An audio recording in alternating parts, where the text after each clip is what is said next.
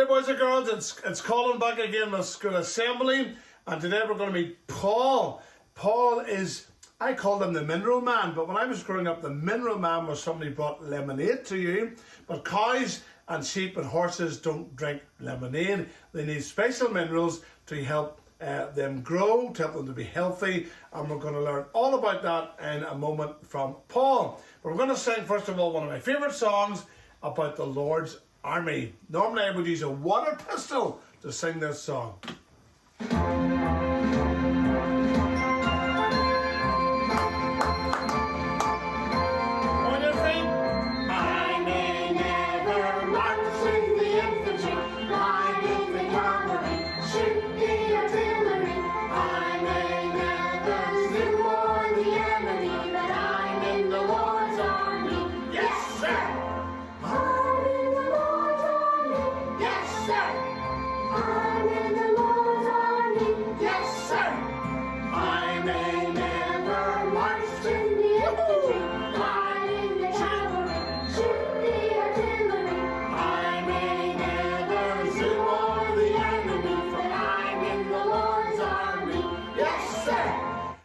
Song. Let's go now and meet Paul and learn all about the wonderful animals he looks after and cares for. Thank you, Paul.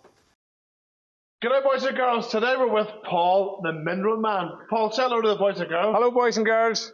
Paul, what is a Mineral Man? Well, we do minerals obviously for cattle, for dairy cows and for sheep. What's a dairy cow? Dairy cow is a milking cow. Oh, okay, and what's cattle then? Cattle is maybe a suckler cow that she will rear a calf and then the calf will go on for beef. Yes. You know those burgers you like, Colin? I love burgers. I know that, I can see that. I thought a cow eats grass, drinks water. Is that not enough? No, she'll get meal and she would also need minerals too because there isn't the same amount of minerals in the grass or in the silage. You give them minerals to those animals to help improve their daily life weight gain, to help them thrive better. And you put it in the meal or is it liquid? No, it's a liquid the farmer puts down the animal's throat. Is that called drenching? Drenching, that's correct. So what's the difference between drenching and injection? Well, injection is you inject into the muscle with a needle. The vet would do that. Yeah. While with a drench, the farmer can do that he gets a dosing gun and just drenches it down their throat. And does this definitely work? Oh, it definitely works, yes. You're not giving them Coke? No, we're not giving them Coke or Red Bull, nothing like that there, Colin. And it's good for the cattle? Yes, it is. You'll see actually wag at the end of it? Well, you'll see the more shine on the animal. Oh, it actually affects the appearance of the animal? But it's no good for hair growth, so you and I needn't bother taking it. And what is it, liquid? It's a liquid. It's not for human consumption? No, it's not for human consumption. And how did you get, is this your own development, Paul? Yeah, my father started the business a long time ago and then we've developed different products and this is our own product. And is it just around your own farm or does it go beyond? Oh no, we would sell it into all of Ireland, into Scotland, England and Wales and with different other people in Europe that would get it as well. So cows all over the country, all over UK, take this liquid? Can get the liquid. Can get the liquid? Yes, yeah. And does it definitely help them?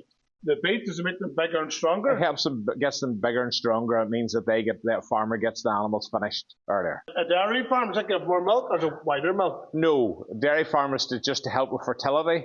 For calving cows? Yes, for calving cows. And so these are cattle? Yes, those are all, that's a suckler cow and that's probably her calf there. There's other calves there. And are they all different makes or just? No, they would be, that's Belgian Blue.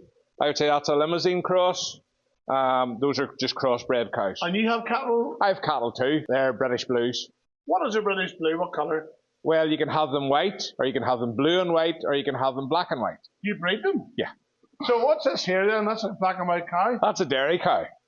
Is there different breeds of dairy cows? Yes. What are they? So you've got Friesian, and you've got Jersey, and you've got Ayrshire, would be the three main ones. What's a Holstein? Holstein is a Holstein Friesian. Friesian, yeah. Yeah, that's one there. And sheep? Yes, with stuff for sheep too. So how do you know if a sheep has a shiny coat?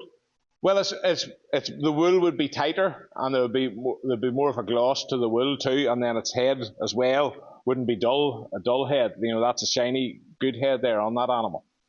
The appearance of the animal you can see? Yes. So does a farmer ask you to come round and look at his cattle and say, how can you help my cattle? Yes, or well, we would be advertising and they would see it, the ads in the paper or on I just Facebook. want the product? Yes. You're a Christian man, Paul? I am indeed, yes. Is that important to you? Very important. At what age were you when you became a Christian? I was nearly 5. A child? A child. And have you ever regretted it? Oh no, never regretted it. Never regretted it. God's been good to me, and What do you enjoy about being a Christian?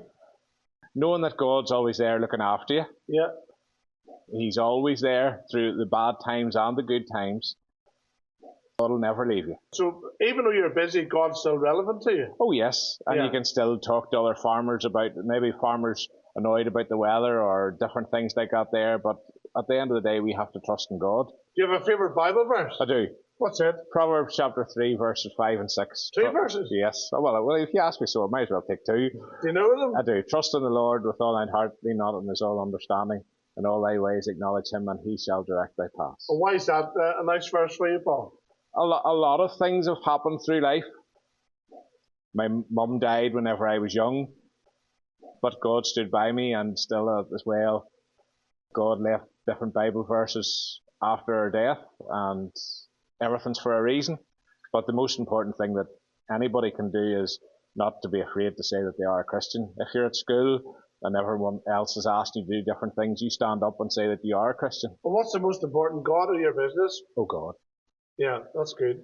And you see all these animals? Yes. If you had another job, would you do any other job, or do you actually love what you're doing? I do love what I'm doing. Yeah. You wouldn't do it if you didn't love it. That's true. That's true. A lot of people work for the sake of working, but it's good to do something Yes. you enjoy doing. And what do you prefer, sheep, cattle, or dairy cows? Oh, cattle. Cattle? Why is that? Just that's what I like. And do you go around farm to visit the cows, or We would go around farms as well, yes. did you make this stuff up? No, we get a company to make it up for us. You didn't design it then? We bring the chelates in from the States, those are the minerals, Yes. and then we get a company to blend it for us. So you're not a scientist? No, definitely Yeah. not.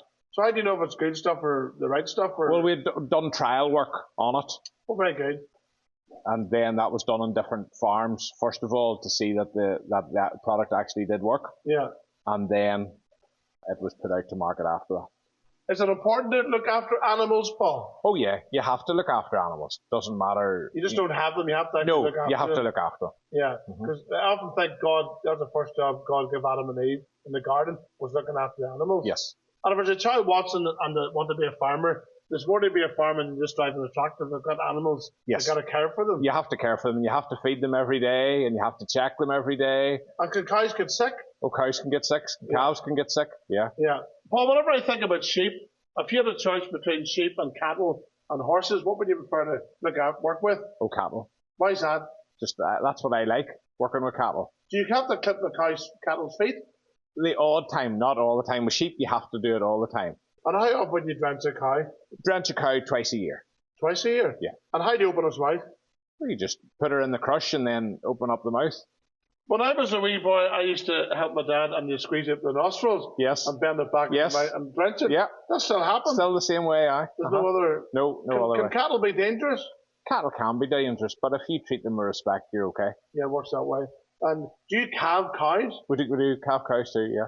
As a mother just gives birth, can that be a dangerous cow? Yes, see, you have to be very careful with a freshly born cow, with a newborn cow, because she'll protect it, and she thinks that you're trying to hurt her calf, so you get out of the pen pretty quickly after you calve a cow. Nature's a wonderful thing. It is.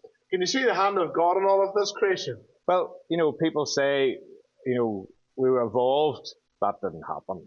Yeah. You look at whenever the cow's born and it knows, what to do, mummy licks it and it gets up and has a suck. Yeah. That's wonderful. That's great. But it must be nice for you to see cows that aren't thriving so well. They get a drench of this. That helps them. Yes. And where do you get the name Liquid Gold then? That is the name, Liquid Gold, Of of this product. It is, very good. Well, and it's a mineral range. Yeah. Good range with it. Yes. Paul, our time's up for assembly because the children have to go back and do their schoolwork. That's no bother. Really appreciate your time sharing with us here. So, boys and girls, lesson today: if you're going to have animals, make sure you look after them and see, Paul, if you want to get something nice for them, and not just for Christmas, all year round. You got to care for them. That's exactly right. So, thanks for watching. Bye, boys and girls. Bye now. So, boys and girls, really enjoyed listening to Paul there, talking about all the animals, the importance of caring for them. And of course, that's what God loves us to do. That was Adam's first job, was to care for, look after, and name all the animals. So we're going to finish off with another lovely song, and you can do the actions as well. God is for us, who can be against us? You ready to sing? 3, 2, 1. Look at now, it's a great big world. Where do I go? How do I fit in? Gotta keep this one thing on my mind. The maker of all the universe is on my side. And if God is for me, who can be against me? God is for me, who can be against me? He is my strength, He is my friend forever. God is for me, who can be against me? Let's sing it again. Can you count the stars in the sky? Look at now, it's a great big world. Where do I go? How do I fit in? Gotta keep this one thing on my mind. The maker of all the universe is on my side. And if God is for me, who can be against me? God is for me, who can be against me? He is my strength, He is my friend forever. God is for me, who can be against me?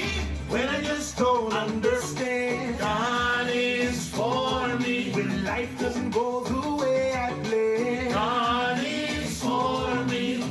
When I just don't understand, God is for me. When life doesn't go the way I planned, God is for me.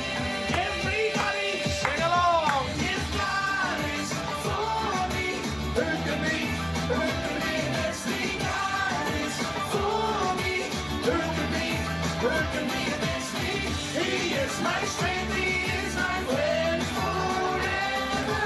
God is for me, who can be against me? God is for me, who can be against me?